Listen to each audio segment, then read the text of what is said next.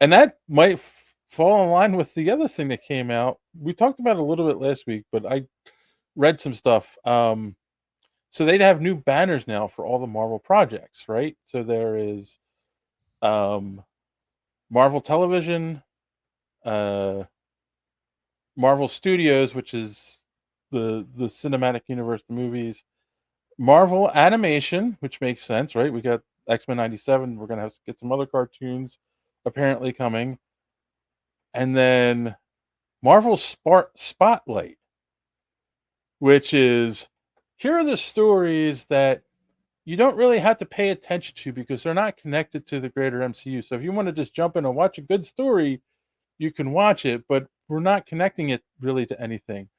And the only thing under Marvel Spotlight currently is Echo.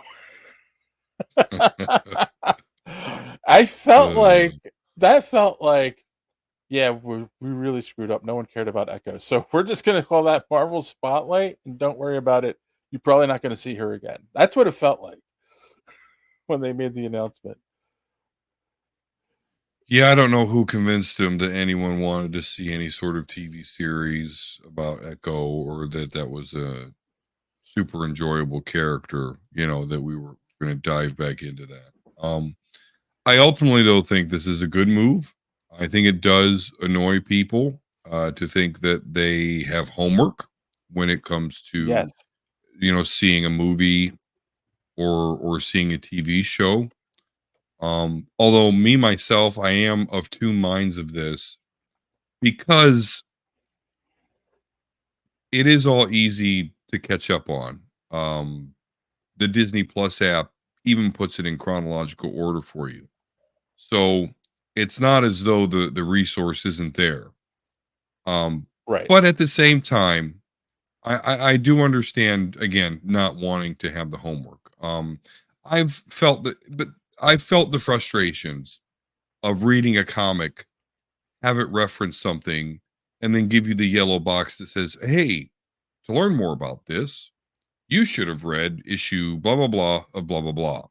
Uh-huh. Um, but at the same time, it's 2024. You can download the Marvel app and go right to said comic book if you really want to learn more about what just happened. Right. Um, Ultimately, I think it's a good idea because it gives people choice. For those that just want to go see this movie and not want to do any homework, okay, great.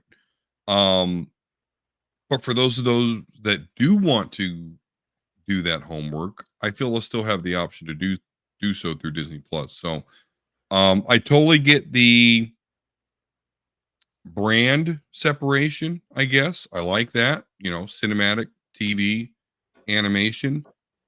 But what I don't like about it is, okay, I get not everything is interconnected, but I still would like that possibility, particularly if we're going to stay in this Marvel universe I- that includes the multiverse. Maybe they'll close that loophole out one day.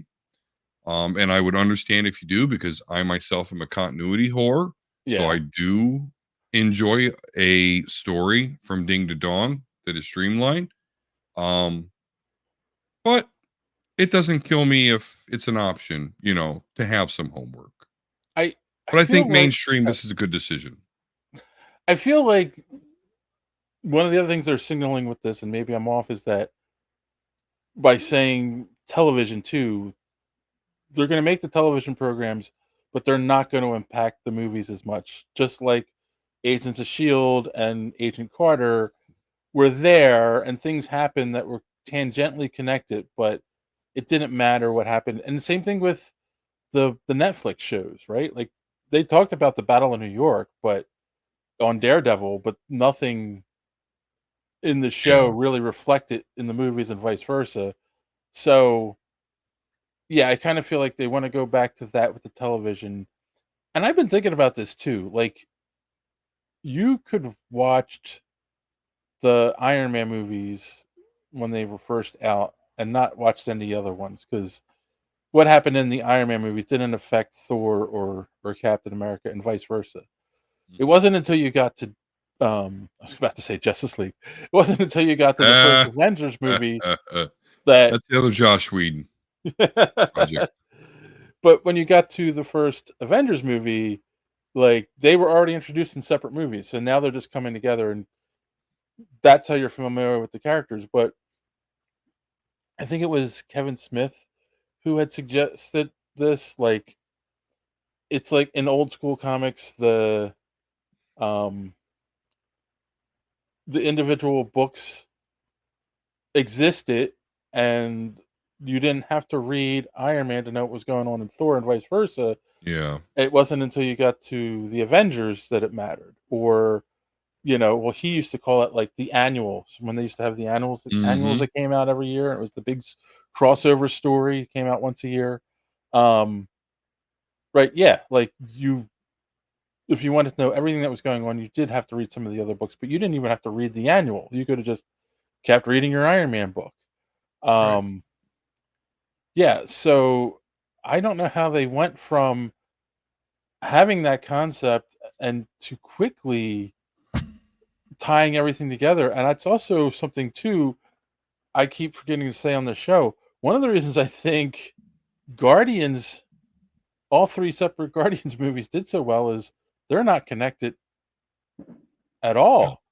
It's really to anything. Like they show up in the other movies, but the other than no, that's the Thor movie. Yeah. There's nothing that happens in any of the Guardians movies that requires you to have watched any other movie, except for, okay, maybe in the last Guardians you had to have seen Endgame to understand um why I can't think of her name. Uh, mhm. I Thanos' haven't daughter. even. Oh, Than- Gamora. to understand why Gamora is with the Guardians at that point. Like, but other than that, yeah, like the first two especially. Yeah.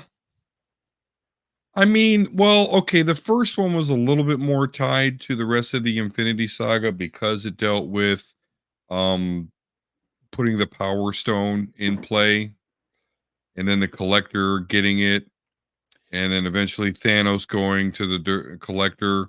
But even that's very loose. Like if you missed Right, it, it really didn't mean that much. right. It's like the Hobbit, and uh Bilbo finds a ring. Yeah. Like you don't have to read the Hobbit to fully understand what's going on in Lord of the Rings. You know, because Tolkien was like, "Oh, let me take that ring and build it into something more," but he didn't have a plan that, "Oh, you gotta read one or the other to fully understand what's going on Yeah. here."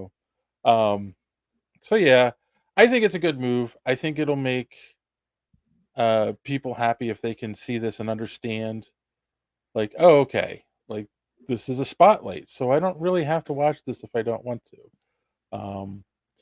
And I kind of thought that's where they were going to as well when they did Werewolf by Night, right? It was a special, and it had nothing to do with the rest of the MCU. You could just watch that and be happy. But yeah, poor Echo.